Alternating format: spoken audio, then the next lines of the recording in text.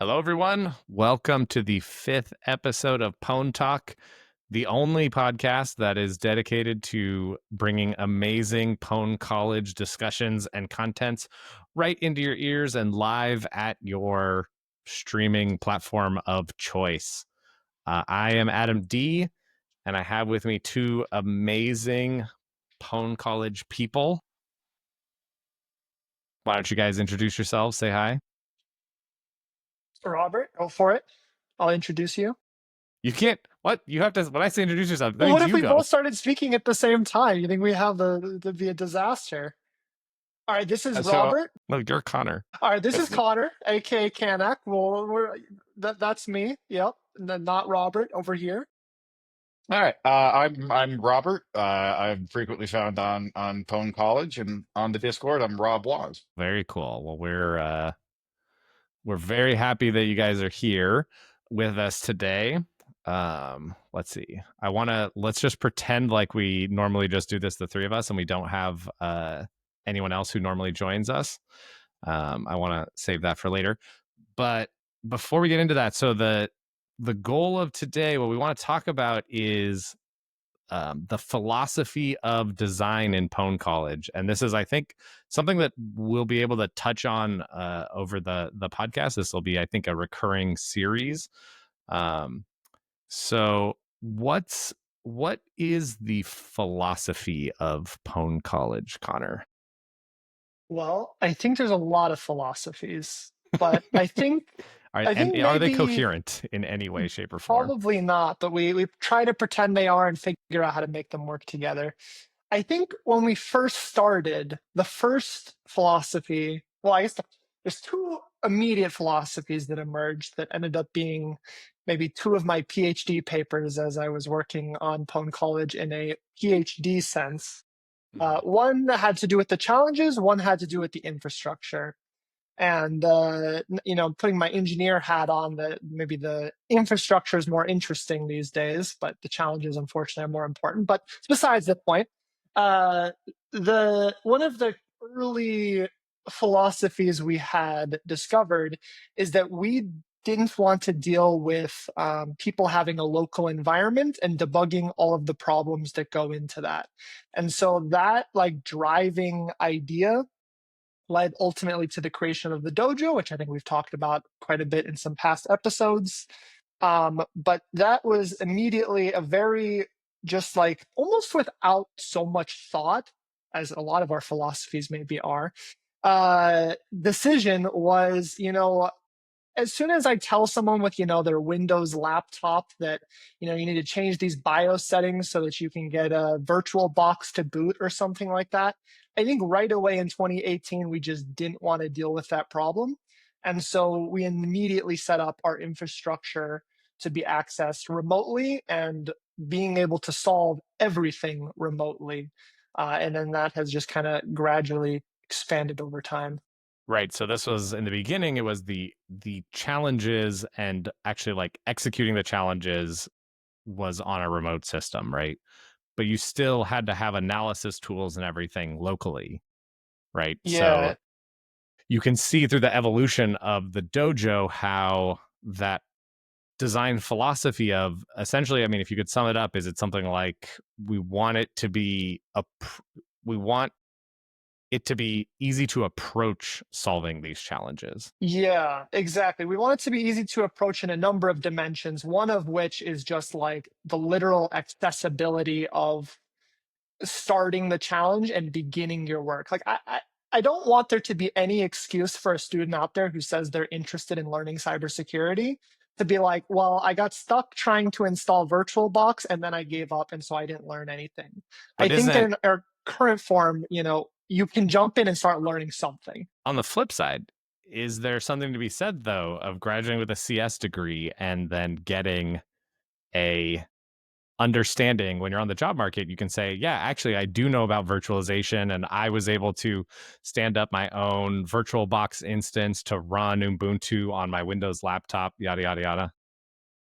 Yeah, it's an interesting trade-off where I don't know again how much thought went into it, but we decided to very aggressively lean into one side of that equation, which is there will be zero learning outcomes that have to do with learning how to set up environments. Maybe we could argue that our job was to teach security, not how to teach setting up environments. Obviously, the skills are interwoven in a certain sense. But yeah, we just immediately decided to skip that problem entirely.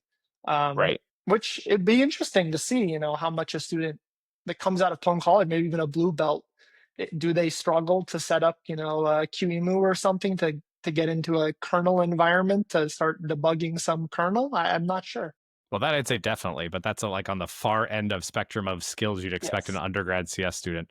Actually, the thing that comes to mind is when I was doing my undergrad, so much of we were, the beginning stuff was in uh, Eclipse. Like we were programming in Java, we were using Eclipse, and we fundamentally didn't really learn how build systems work, how like our Java code was actually compiled, probably until I don't know the third or fourth quarter, which was year 1.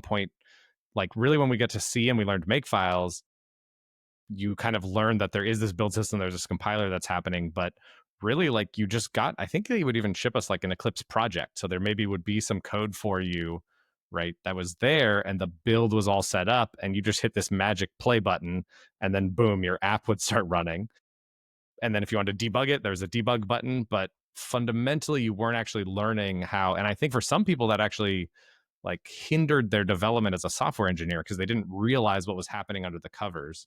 So do you think there's a worry of like balancing? So, I mean, somehow we are walking a line in here. So, for Mhm. example, I think of 466, the beginning of Pwn College, and one of the primary things within all of that material is GDB, right? So there's been I have a bunch of ideas now that I say that. We immediately made it so people had to use GDB and figure out how to use GDB, and couldn't get away with not understanding how to use GDB. And in general, there's caveats to this. In general, we don't make magic wrapper around GDB and just say like, oh, you can, figure out how to debug stuff without using GDB, because don't worry, we've done and made this like, kind of fake program. What is a fake program? But a non-standard program that kind of does that for you. Now, I say that, and then I realized that at some point we created the assembly crash course, which does not use GDB and does have fake GDB. So, I guess, Real debug instructions though. yes, we make you use int3 and then magically registers print their contents, which is, maybe a non-standard behavior under any other, workflow. But I think the initial goal with that, though, was that we saw debugging as very difficult. And so we wanted to kind of gradually introduce it. And I think we thought to ourselves that you didn't need too many debugging capabilities. Maybe just this int3 print the current state would be sufficient as you kind of begin to understand. I think we've since decided that's actually not a good idea, that we don't currently in our curriculum have this flushed out and built yet, but on the never-ending to-do list as part of our Computing 101 dojo is that we want to teach, basically we want to teach assembly and debugging simultaneously. So maybe in the beginning you don't use GDB, you use like strace or something, because hopefully the debugging task you're going to do there, strace is sufficient. But I think, and again, it's not built out yet totally, we want to like interweave these together. I think we decided maybe the assembly crash course approach wasn't it.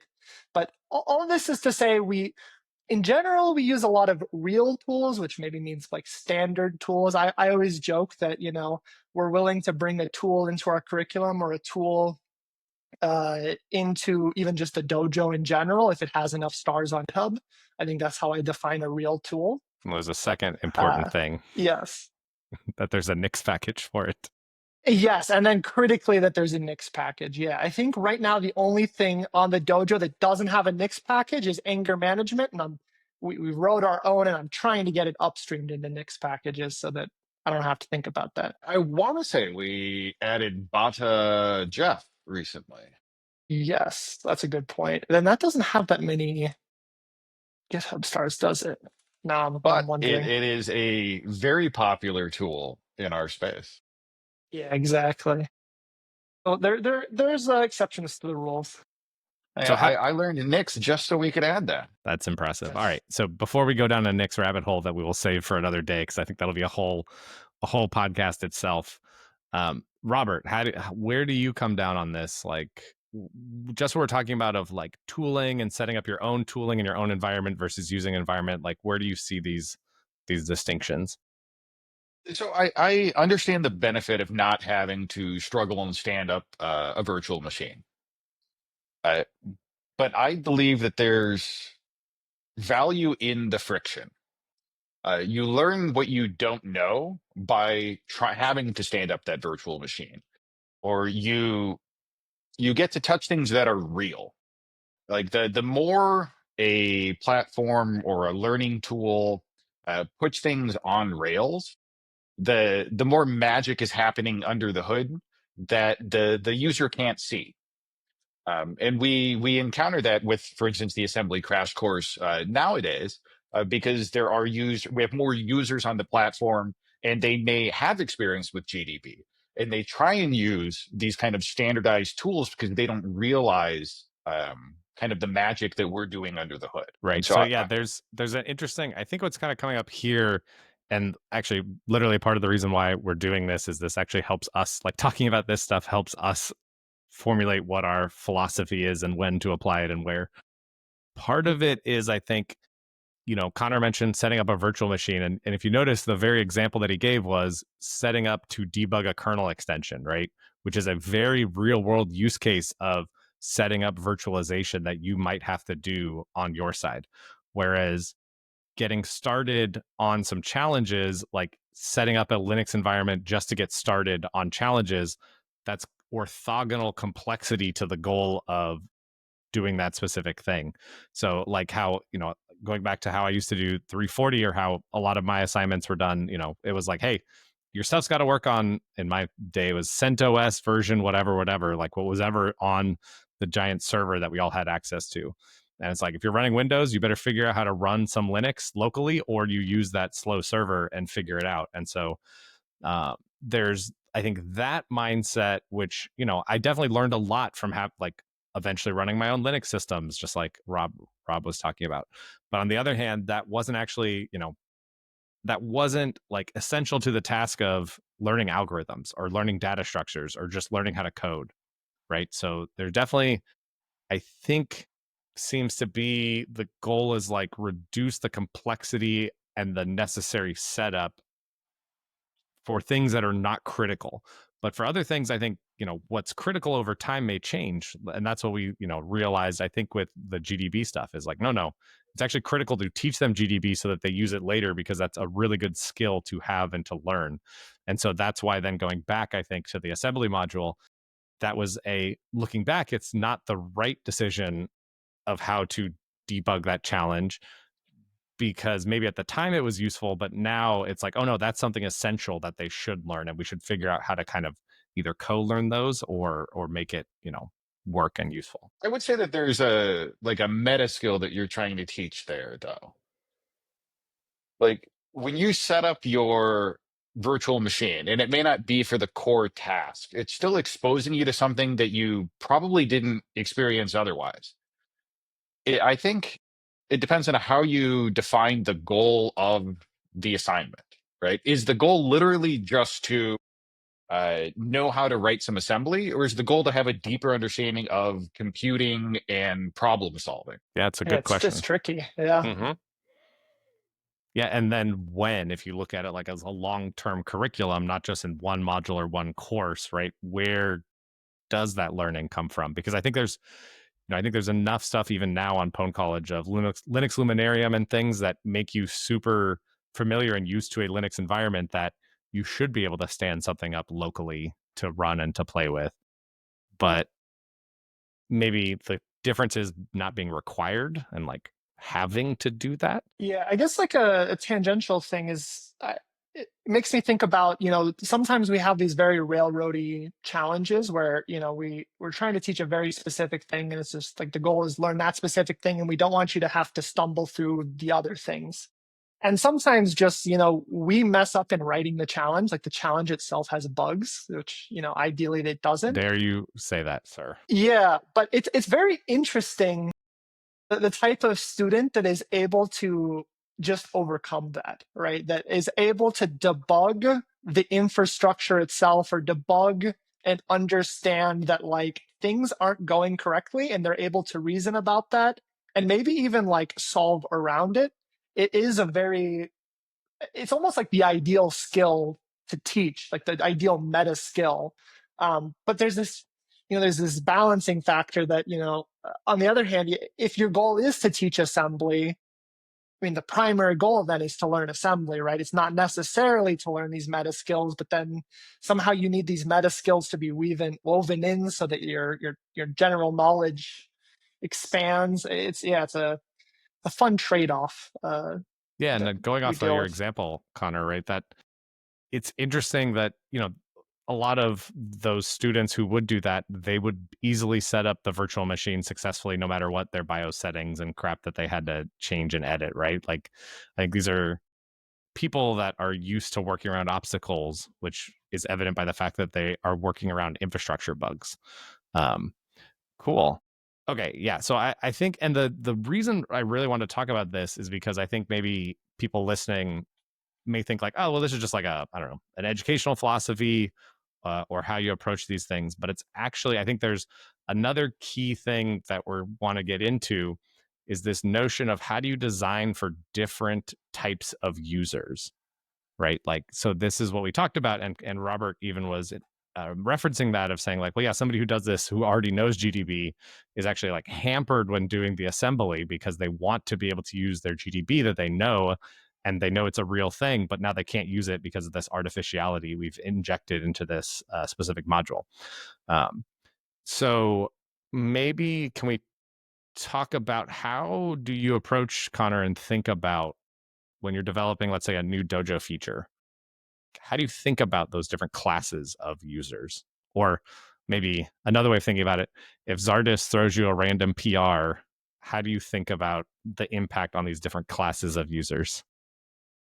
These days, if Zardis throws me a PR, we just YOLO merge it and say it's an experiment. Let's find out what happens. But ideally, when I'm thinking about it a little bit deeper than just that, um, it's tricky. I think over the last 2 years or so, I've been much more involved with CSE 365 and building out, more and more introductory content. I know, for example, Jan's been very interested in the Linux Luminarium and Computing 101. I think there's almost like this grand vision of like, a high schooler should be able to just start learning in pwn.college, which we have some high schoolers. And I think, I put a lot of emphasis on this early learner. Like I'd almost try and imagine who is the person that knows absolutely nothing about computer science, has never done any programming in their life before. They just like, I don't know, they have some understanding of a computer because they've used like YouTube and Instagram or something, but beyond that, they don't know Will anything they about know what a computers. computer is, I, even I, if I they've done that? do choose to assume they understand what a computer is, or at least like a tablet or something. I guess I don't care if it's a Is an iPad a laptop or a computer? desktop. Good question. Yeah, of We'll course. table it Yeah, for as later. long as there's a web browser. See, that's the nice thing of building out this infrastructure where it's like all you need is a web browser. Beyond that, I don't care what's holding the web browser. No. That's to Um, access your thing, but their understanding of yeah. what a computer is and what it does, I think, doesn't translate as well. Like the concepts of directories in a file system. If you've only No, used an but iPad, that's definitely true. Yeah, so we don't necessarily assume that. Yeah, that's kind of the point of the Linux Luminarium is, we've been thinking more and more about the type of person that they know how to use a web browser, but that's it. They don't know, all there is like a downloads folder. Anything else, like there's no file system. And figuring out how to build for that type of person. And as we discuss in a lot of our pwn.college meetings, this has various like educational limitations to it when you really focus heavily on the novice. It has various infrastructure limitations on it. You know, if I focus entirely on making sure that VS Code in the browser is a good experience, and I forget that half our users use SSH, there are issues that there's only so many hours in a day of building out improvements for people, and if I'm focusing all of my time on these more novice Mhm. users, in some sense, the expert users are getting left behind. Now, I think I justify it in my head that they're an expert user, so what they'll figure it out. But there are really cool things that we talk about that we could do for experts. Yeah, and I think that's what, you touched on a really important thing. Even thinking about this in terms of from a design or user experience perspective, right? When you're thinking about these two different paths, you have to weigh and consider the like maintenance burden of supplying these two paths, right? I mean, you hit on it and we haven't mentioned it already, but there's 3 different ways to access pwn.college, which a lot of things that's kind of insane, right? You maybe, I mean, I don't know, you said Instagram. You have an app for Instagram on your phone and a website. But like maybe if you consider multiple apps, different types, but that's like, SSH, VS Code, and the desktop.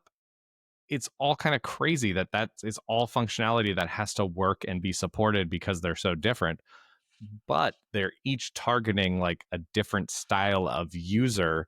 And even if not a different style, it allows users the freedom and learners to switch between whatever's best for them at the moment, at the time, for the challenge. Um, and so, do you have data on the different usages of the access mods, like access I've points? looked at it. Yeah, we have various ways to probe it. Mhm. Basically the enter someone's container, run ps aux, and see if SSH entry point is running, or VS Code is running, or XFCE for the desktop is running. That's basically it. And if I remember right, something like last time I would have looked would have been like a year or two ago, but it was something like 50% SSH, 40% VS Code, 10% desktop, or something like that. And it makes sense because desktop is like, I don't know, most of the work in Pwn College, you're just using a terminal. Like VS Code just has a better terminal than desktop, which is just like showing you graphics. But then there are challenges, of course. There's a reason we have the desktop, which is if you need a GUI program, like you're not going to do that in VS Code or in SSH. So Um, some maybe slow people in chat are asking, literally don't understand why not just desktop all the time. it's funny that this slow person in the chat, some professor, mentions that, because I actually, for like the last 3 years, up until like 6 months ago, I was exclusively using VS Code, and then at some point, I just like switched to to desktop, and for some reason now only all I use is desktop. Now, most of my time is not spent actually solving challenges. It's like sanity checking that the dojo still works. So it's not really that good of a test, but I do actually find myself using the desktop a Is that lot. just because of the complexity of the dojo of the desktop is so much larger than everything else? So Yeah, if desktop works, everything else likely works. I maybe I I think there's also like a bug on VS Code that needs to be fixed, as there's lots of bugs where sometimes it just black screens and you have to refresh the page. But I don't think I noticed this with the desktop. So maybe my brain has just subconsciously decided the desktop is more stable, and I just click that button. I I don't see. know. This professor is not just slow but lazy. So if you want to deploy games into the dojo, you need the desktop. And that's the other author, or the other people that we build infrastructure for, as challenge authors. So that's yeah. Yeah, so it allows flexibility, which actually came in during XAC CTF that we ran in 2024 for XAC. One of the challenges was a Tetris game. And so it's actually like, I think it was a reverse engineering, like kind of like a classic reverse engineering challenge. Like here's a ROM and you need to extract, I think you needed to play Tetris to get to some, whatever, some high score or something. But the point was that usually you just give that ROM to the players and it's basically like go F yourself, figure out how to run it. Kind of exactly like we were talking about, right? Run it yourself. Like your graphics libraries don't work on your Linux machine. Tough shit. Like figure it out. Like, and so you're trying to do all this stuff and it can take a half hour or an hour to even run this stupid thing that they gave you. Whereas by running the CTF on the dojo, it was so cool because you could actually go in there, start the challenge, and play the Tetris game inside of the dojo. So you did, because I made sure that container already had all the stuff pre-installed, and so yeah, it was actually really cool to that. Yeah. And I just think of my own history with like playing CTF. As soon as I had like a graphical program, like the worst nightmare for me, like in a CTF challenge, is I see .exe on it, and then I learned that like I can't just wind it up and it's gonna like try and launch something, and I'm like, all right, I don't care. I'm just going to a different challenge. I'm not setting up an environment for this. Well, that's because you're not a Windows head. You spent too much time in the Apple and Linux land. Exactly. Do you think Fish gives up if he sees a .exe? No, He gets excited. there's definitely more resilient people than me, but as soon as I'm like, this requires environment setup, I'm out. It's true. You need like, and maybe it's kind of funny because this lazy and slow professor was, during their PhD time, they were very they were like the main person who was developing the virtual machine that we would all use on Shellfish to play CTFs. So it had I believe it had Wine installed, also like a Windows, maybe it was Windows, and it had a versions of software that help you reverse engineer. And it had a bunch of tools installed. But anyways, and he would maintain this software, and then send it all out to all of us, basically to reduce that setup burden on the rest of the team. Mhm. Exactly. Saying the flip side of lazy, of course, is this random professor says it takes a lot of work to deploy games into the desktop.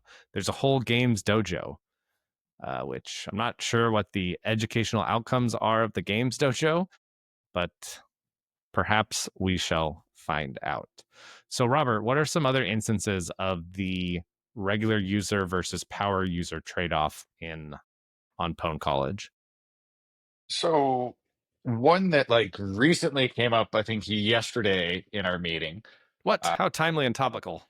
I know had to do with a PR that I don't know if it's been merged in yet. Yeah. Connor says Very no. soon, though. It'll be here very soon. But as a desktop enjoyer, it's probably a great feature. Wait, are On you a the desktop enjoyer? Is that what you just I said? am I am I am not a Okay. desktop enjoyer. And I do want to say for those that watch this after, on YouTube, that while Adam D has surfaced, these desktop enjoyer messages, there are SSH enjoyers in the chat as well. All right. Boom. You There we you are go. seen. Kelly Ovich, SSH is perfect. Yes, it is. Um, there is a UI feature that is in PR where the desktop becomes like immediately accessible to the user. And that's great. It's less clicks for a desktop user to get the desktop in front of them. It's a lot more intuitive where they click start and what they need to do is immediately in front of them. Right? Like it makes a lot of sense to a new user on the platform. It's very intuitive as far as what do I need to do, and I get to see something that's very familiar. If you're newer to computers, or all you know is a web browser, as Connor kind of proposed. And when I saw this feature being demoed, the first thing that I thought was the amount of scrolling and clicking that is necessary as an SSH user, and the fact that I'm starting up this desktop automatically when previously, as Connor mentioned, I would only have SSH endpoint, right? I would have this nice lightweight environment that just changed for me, and I didn't need to have a desktop. And so the perception on features that get added can vary quite a bit. Whether you're a newer user that defaults to the desktop or you are someone that is, an SSH head or lives in the terminal. Nice. Yeah. Okay. So Connor, is as the token what are you, Zillennial or whatever, Gen Zer? Is this the time Yeah. where I engagement farm and I say, hello chat, why don't you write into the comment section or the chat what you prefer, desktop or VS Code or SSH? We would love Yeah. to hear from you. It would be interesting, yeah, to hear who likes what and why. Because to me, if I was a standard student, I think VS Code is where it's at. It's kind of You think got it's the because that's balance of what it they're all. used to? Because VS Code is honestly kind of like a standard IDE now. You know, I think in general it's becoming more. It should become the default even quicker. I'm surprised it's not the default even quicker. Every once in a while, I see someone like using Nano or something, and I'm like, what happened in your CS education that led you here? Is this just like the first command you ran and then you just started learning it and then you just never looked beyond? What happened there, you know? But VS Code just works very well. So yeah, it should be the default. Forgetting that was Engagement Farms. The comments are coming in. The debate is raging within our comment section, or what do we call this? The chat in chat. Yeah, Yeah, yeah, people are exactly. fighting. Wait, hey guys, calm down. You don't. It's okay. What's wrong with Nano? Yeah, that's a great one. The other interesting thing in terms of like developing pwn.college and building out the dojo is that SSH, there's room for features actually for the SSH Mm-hmm. stuff, but because it's not in the browser and like it inherently is not in the browser, right? Like I can put a terminal in the browser, but I'm not putting SSH in the browser, right? Like the whole point is that you can use your own terminal SSH at us and, you know, use your own local terminal stuff. It means like I can't develop around it, right? Like it's just this external program you're going to use to mess around with the dojo. Whereas as soon as it's in the web browser, I have like full control over curating that experience. Uh, yeah. So you mentioned that there's 3 ways to access a challenge. That's actually not true anymore. There is at least a fourth, but realistically, there's an infinite number in recent evolution of the dojo, which is you can just access any web service running inside of your container. So from an infrastructure perspective, you run XFCE as a desktop environment, and then run no VNC as like the browserify it layer so that you can actually access it in your browser, or we run VS Code in the browser. But both of these things are just running in your workspace environment, which makes sense because you want to be able to like run commands in your workspace environment, which means those things need to be in the workspace environment. And all it does is it just like iframes something in your workspace. And so, like, I think it was last semester, we added, back to thinking about the more introductory type of student, we added the lecture challenges, which is the our answer to how do you make sure people watch lecture videos, and there's a question of whether or not that's a good idea and blah blah blah blah blah, but ultimately we decided it's a good idea. We're going to make people watch lecture videos, and all that is a web service running inside of your workspace that isn't VS Code, isn't the desktop, is something else, and just handles all of the logic to try to make sure you're watching the video and then give you the flag at the end. And at this point you can do that for any service, like anything that can be a web server. Right now in pwn.college, there's a way to just like say, I want to access port 4242 in the workspace and make a HTTP GET request there and give it back to me. And so like we've kind of expanded the idea of what it means to access the workspace. Like for Linux Luminarium, we have some ideas related to the feature that Robert was talking about that'll be in the dojo hopefully in the next week, which is, maybe you don't need the desktop or VS Code.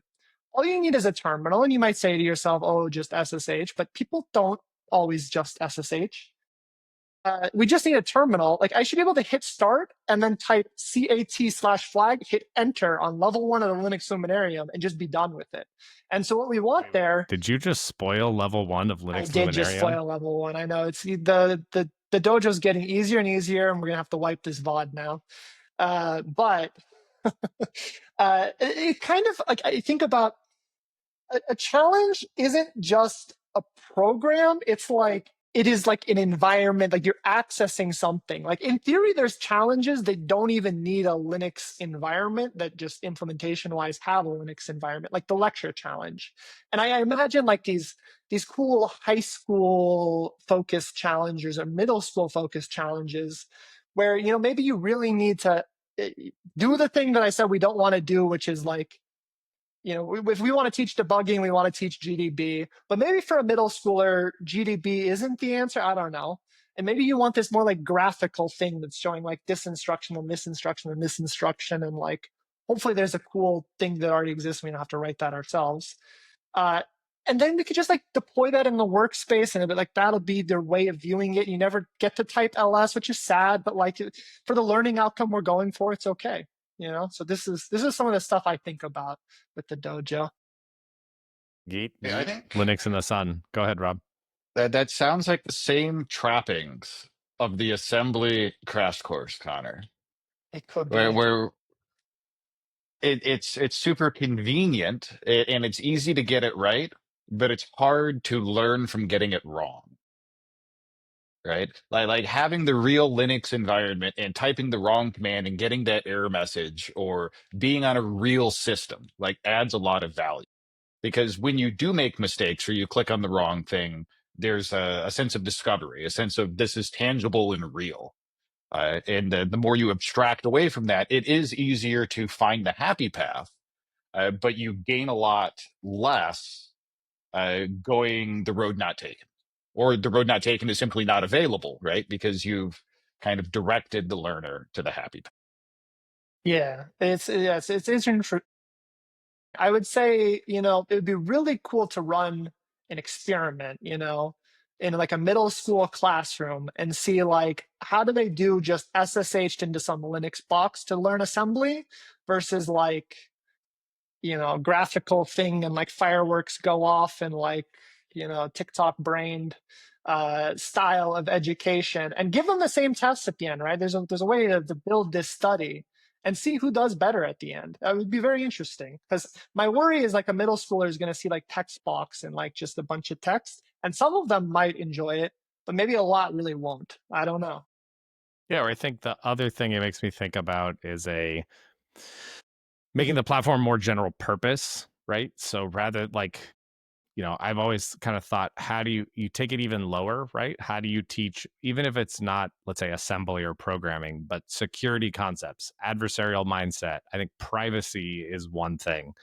Like you could teach those to non-technically minded people, actually kind of through games, I think is maybe the way that could go, but something like that where you have some environment where they are interacting with it and they get to actually practice either breaking somebody's privacy or seeing like, I don't know, maybe it's a thing where you can mess with people's phone and you can see that somebody with a really bad, PIN code, you could just easily get in and see all their pictures and everything. Or like the location tracking stuff. Like I remember one of the cases I loved with the Pokemon Go was a case where somebody found that their boyfriend or girlfriend or whatever was cheating on them because they had caught a Pokemon at their ex's house. And because that location data was logged and they could see that in Pokemon Go, they inferred their location from there. So challenges where maybe you give them access to this information is like, all right, figure out where these people are, right? Put them in adversarial situations, but without maybe to get them either aware of that. I think even if they don't go into security or computer science, it's important to be aware of these concepts. And on the flip side, if it does spark something in them, we can kind of have a path for them forward to get more technical and hands-on. Yeah, exactly. I think there's just some challenges that maybe a Linux terminal isn't the right access modality to it. Like Mac challenges. No, like for example, it's kind of a silly challenge, but like the lecture watching challenge, right? And maybe the solution there is called like just go use Canvas or something, and don't try to implement this on the dojo. But I think there's challenges where it's just the natural thing isn't a Linux terminal. ASCII Cinema exists. That's Wow. true. Wait, have you tried watching one of these YouTube videos in ASCII Cinema? We should do that. We should support SSH for these lecture videos. That's a good idea. Wow. All right. Horrible features brought to you by pwn.talk. The next time you're in the dojo and you see insane Jan in a video, you'll know where that came from in your SSH terminal. Cool. Okay. So then I think the other thing I want to touch on is, so that we have this notion of these different users, right? And it's definitely something we think about when we add a feature, right? We kind of talk about, okay, is this going to benefit like beginner users? Is it going to benefit more power users is the way I think of it. And the really important reason why I want to bring this all up is that in interface design, this is actually a very key component. And a lot of times until you take a class and study this, you don't usually think about it. Like one key thing with a lot of software is like key bindings, right? Like keyboard shortcuts. If you are a frequent user of those, many people do not use that. Like 80% of people don't use any keyboard shortcuts. But for those 20% of power users, they like absolutely rely on that to get their job done faster. And so if you mess those up or take those away from people, they now can't do their job as well and they get really pissed. So I think that's what I really like about this is another instance of having these different types of users that maybe the power users are smaller in number, but what they use is different and helps them be more effective. So my question to both of you is how does this concept of regular user versus power user apply?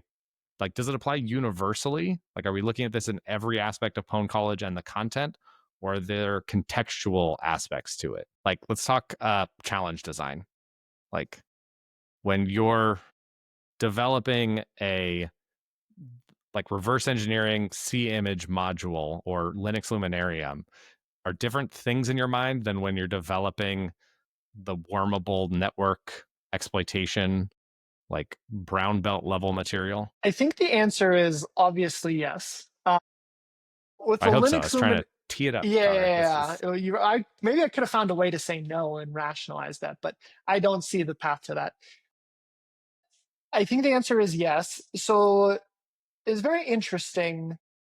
The thing that comes to mind, which it makes sense, is CSE 466 at ASU versus CSE 365.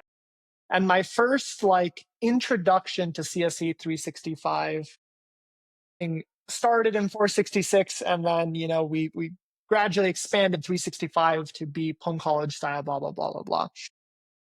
And we just had a totally different user base, which I think we talked about in a previous podcast. The whole yeah. idea of a required student versus optional, that whole discussion. But there's another thing that comes out when you go for like this breadth model of education, which is what CSE 365 is. We go for a lot of topics and try and do a good job teaching a lot of topics, but ultimately when you go breadth, you're not going depth. You can't do breadth and depth. I mean, as much as we try in 365 and students probably think we're doing breadth and depth, we could go a lot deeper on these topics. And so what that means is that like breadthness coupled with being more introductory means we have to design challenges where maybe our median student, I like to think a lot about like, who is my median student in 365? And I'm theoretically writing the challenge for them or writing most of the module for them, most of. And it needs to be a lot more, the concepts need to come more bite-sized than they do in 466, or at least previous iterations of 466. And the other issue is by having so many topics, in 466, one of the really big, like overarching things, at least as I saw it back in like 2022, 2021, was GDB. Like GDB, just like in some sense, like GDB was the class. Whether you're doing like ROP or memory corruption or reverse engineering or a lot of the topics, not necessarily all of them, but a lot of the topics, it's like figuring out how to effectively put yourself in the mindset of using GDB. A lot of those modules were built as like, you wanted to learn memory corruption, learn reverse engineering, but it's almost like a canvas for learning GDB and learning how to think about problems and debug problems. And like, I've got this assumption, I need to, clearly something's wrong because I haven't solved it yet. I need to invalidate something in my thinking and really embrace this. And I think those ideas are somewhere in the core of 365 still, but it's a lot harder because we can't just let there be a semester of GDB and like you get comfortable with like maybe this GDB view into that way of thinking, even though you're exploring all these different topics. Because, like GDB just isn't relevant in network security. It isn't relevant in web security. It isn't relevant in cryptography. It is relevant, of course, in our binary security portion of it. But then in web security, like the lens of figuring out how to debug things is different than cryptography, which is different than network security. Like I need to figure out how to think through like, oh, I should be running TCP dump on all of my different interfaces and that. And like, this is one way of debugging that.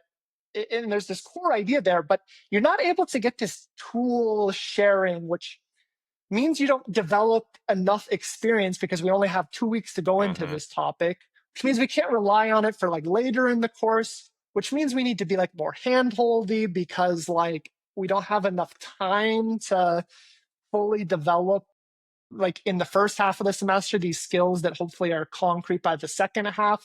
And it's just like a very interesting challenge working in a breadth class that's introductory. And I think that's one of the kind of the reasons I think about that. Thinking about this type of student is just so different than thinking about a 466 student. Right. It makes sense, right? Because I think of 365.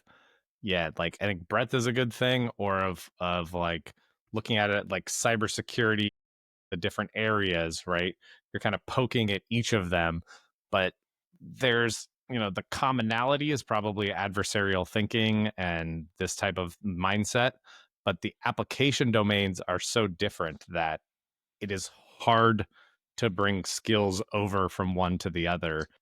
Similar thing happens in web security, just because you're like, oh great, now you're uh, you're doing SQL injection. Well, great, now you have to learn about databases and SQL, and then now you're learning cross-site scripting, and now you need to learn about JavaScript and HTML and how all this stuff works, and then you're learning command injection. Well, now you need to learn Ruby or Python or whatever that thing is, or PHP. Like, there's a lot. When I did grad web security, that was definitely something that I noticed is like there's just a large breadth of things. And that was a master's class. So I could be like, well, you got to catch up. You either know this stuff or you don't, or you're going to learn it. And that's just how it is. Yeah. But yeah, Yeah. on the And you, flip side, you though, could you said say you said 466 was a GDB class, but I know several blue belts that hate GDB and did everything that's statically. true. That is true, which is unfortunate. Well, unfortunate for them, because understanding how programs work is a very good skill that is really the core of debugging. Like that's what you're trying to, it's like a problem solving thing. Like there's some problem. What tools do I have? How can I get the information that I need in order to like edit, like validate my hypotheses? And Exactly. And like this is where like the computer science, the science part really shines in computer science. I feel like I'm just thinking like back when I was an undergrad at ASU, and I was like, why is this called computer science? Like this, like it seems so like, I don't know, like people are like making it fancy for no reason, right? But I think through pwn.college, I've learned that, computer science really is a science. Like almost all of the tasks are invalidating hypotheses. Like that's what debugging is. But yeah, I mean, at the good root of all debugging. of this, you could say like critical thinking is the commonality or something. But ultimately, what I've seen is being able to learn how to critically think and be good at critically thinking. It's a spectrum that I think a lot of people, and it makes sense, rely on a certain level of like comfort with the task they're working on, and like once you have like this instinctual ability to use GDB, that you're not like thinking through GDB syntax, you're just like, I know I want to stop at this point in the program and like investigate what the value of this register is. And you don't need to like, you don't even spend like 90 seconds figuring out the syntax for that again. You can just do that in like 3 seconds. Like that shortening that thinking ability allows you to apply critical thinking faster. And this is where like the magic starts to happen. Rubber looks And like he's one of going to blow the, you as I up, said, but but unfortunate things with 365 is we're hitting so many topics. It's hard to like build that familiarity to be able to do that. I'm going to hit you with, I believe it's a Connor quote. I myself, I don't know where it is, but I know some users on our Discord have embraced it. And it immediately came to mind when you were talking about how GDB provides you this nice, comfortable place where you can kind of rely on, right, in 466, which is kind of true because we are in the same domain, right? But a great Connor quote from one iteration of 365 is one of the most important skills in learning is how to become familiar with the unfamiliar. And I think that's a fantastic quote. And I think that is, well, like when you talk about critical thinking, particularly when it comes to cybersecurity, that is a huge skill set because you are constantly looking at something that is foreign or unfamiliar. Now, on the Yeah. flip side, while you were talking, Connor, I'm like, well, now we have AIs that I can just say, how do I do this in GDB? And honestly, there's been oftentimes now I'm using like a chat GPT instance, like where I would use Google to be like, how do I do this? Like I need, like when editing these podcasts, sometimes it's like, okay, I want to do an FFmpeg to like generate an FFmpeg command to convert to like 720p from whatever 1080p or something, and it's just like, boom, here's the command. And I'm like, great.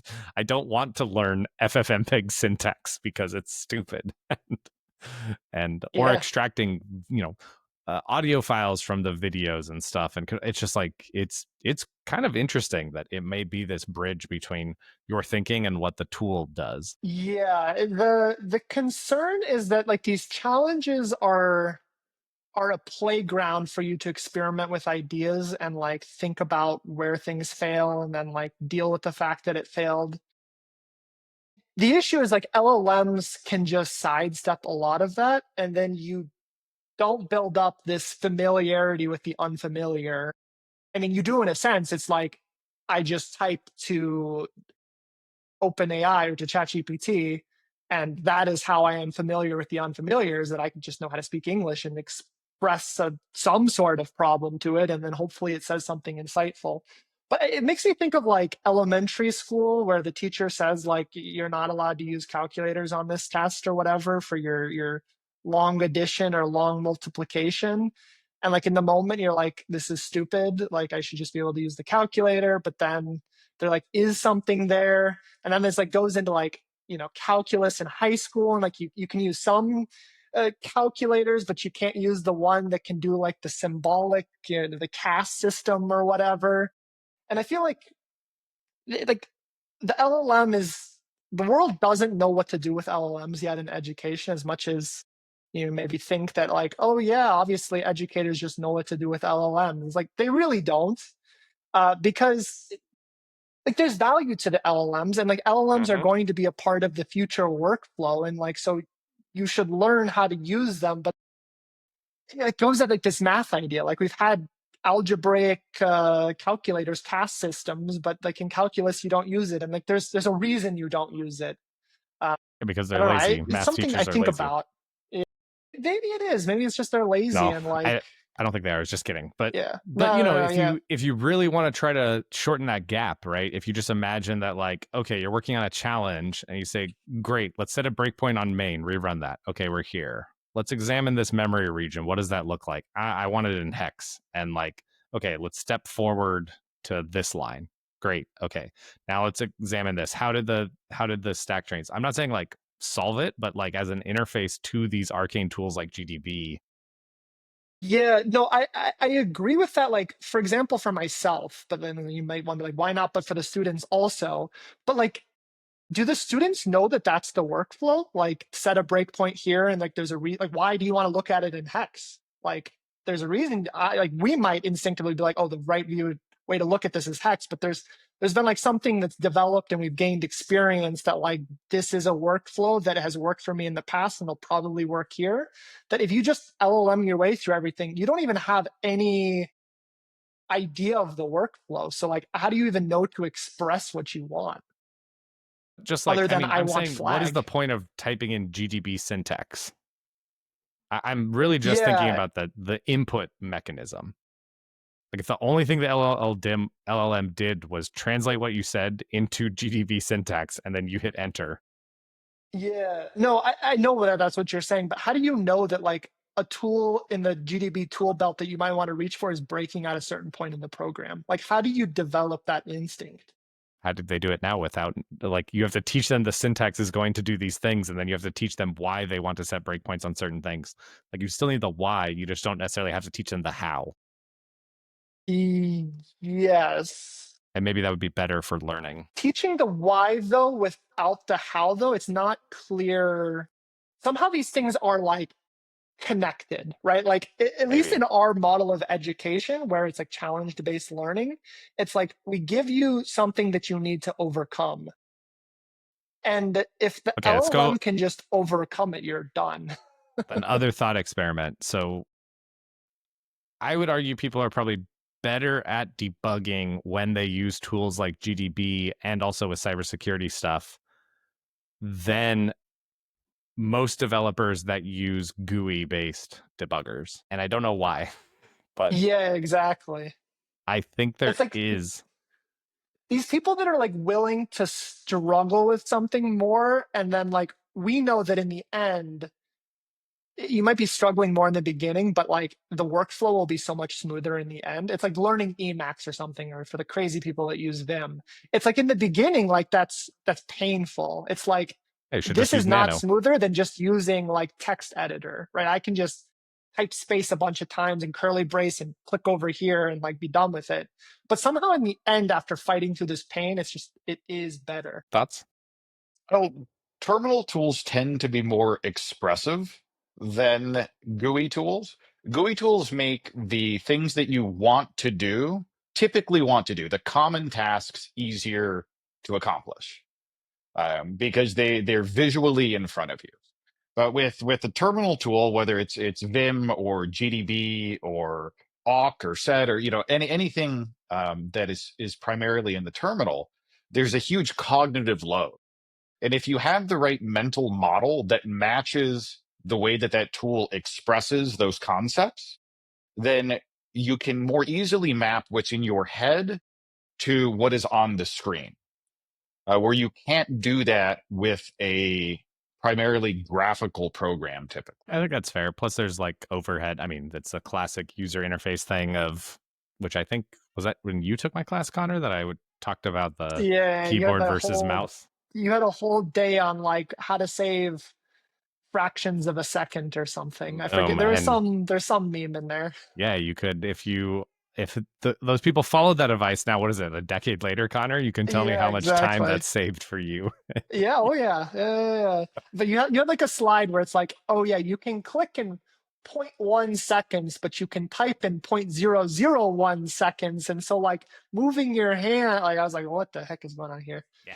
It's literally actually it's what we're talking about is what I took a user interface, like a HCI class, human computer interaction class, and that's one of the things that you study in addition to like power users, regular users, this kind of thing. So it's something that's still stuck with me from my undergrad days that I was happy to teach on. Yeah, yeah, And actually, Rob, I think when you were talking, I noticed something very interesting. I was internally nodding my head at everything you said that is a tool that I used. And then when you went to set and knock, I shook my head and said, fucking no, nobody should ever learn those things. It's too arcane, but it's just the ones that I don't know, right? Like, Okay, grep. yeah, grep. See, exactly. Okay. Sedoc, no, boo.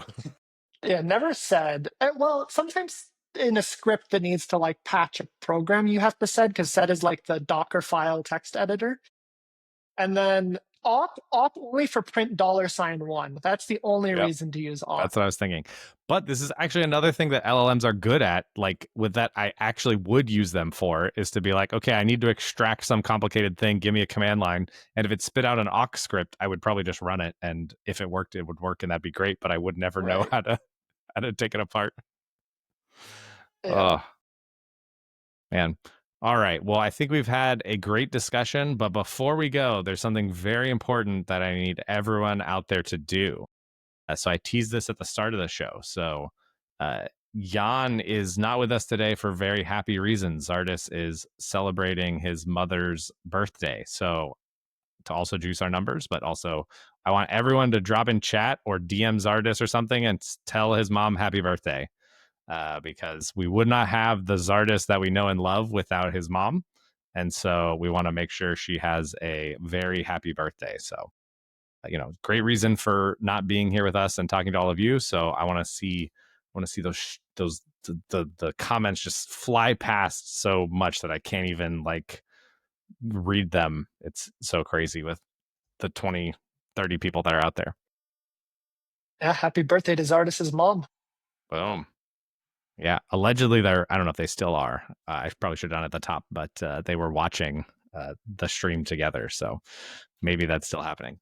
All right. So we will be thinking about new features that come up in the dojo. I think this is something we'll probably talk about like in the future when we talk about new features. and developing them of how it impacts regular users and power users, because this is something that we definitely it's on our mind. Final closing thoughts, Robert. Who should we optimize for? Let's go with that. Who should we optimize for? Power users, 100%. No GUI, no VS Code. Go back to the glory days of just a raw socket exposed over the internet. Kanak? The more I think about it, we got to make the experience good for like high school students, middle school students. The median student, maybe the 75th percentile student, but the power user, they'll figure it out. You know what? These people complaining about stuff, the browser is just executing like HTTP requests. You can go figure out how to write a better client to pwn.college yourself. Nice. And my official stance is we should be optimizing for me. Whatever is better for me, Adam D, that's what we should do. All right. Well, thanks everyone for joining us. This is pwn.talk. We will hopefully, actually, we will probably not be here next week because it's so close to DEF CON. But catch us. We will be at DEF CON running DEF CON Academy, which we talked about 2 weeks ago on our last episode. We got a lot of really cool stuff. We'll be at the AICC thing. We'll be in the CTF room. So please come hang out with us, say hi, and see y'all next time. Goodbye.